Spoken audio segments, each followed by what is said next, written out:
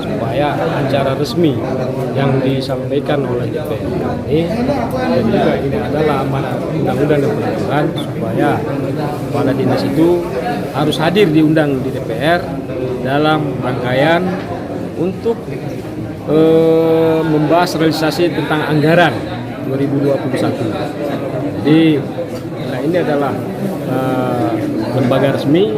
Kita minta pada wali kota untuk menginstruksikan kepada seluruh kepala dinas agar apabila ada undangan DPR, mohon kehadirannya ke lembaga DPR Kasubsa.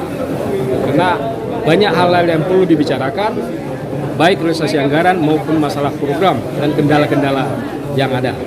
Mengenai kritikan Pak Dewan, bagaimana pandangan Pak Dewan sendiri? Menurut Pak Dewan, kritikan itu sebenarnya baik atau bagaimana Pak Dewan? Ya, sebenarnya kritikan itu adalah masukan kepada pemerintahan agar mengevaluasi kinerja ke depan, supaya mana yang memang perlu diperbaiki agar depan ini supaya diperbaiki.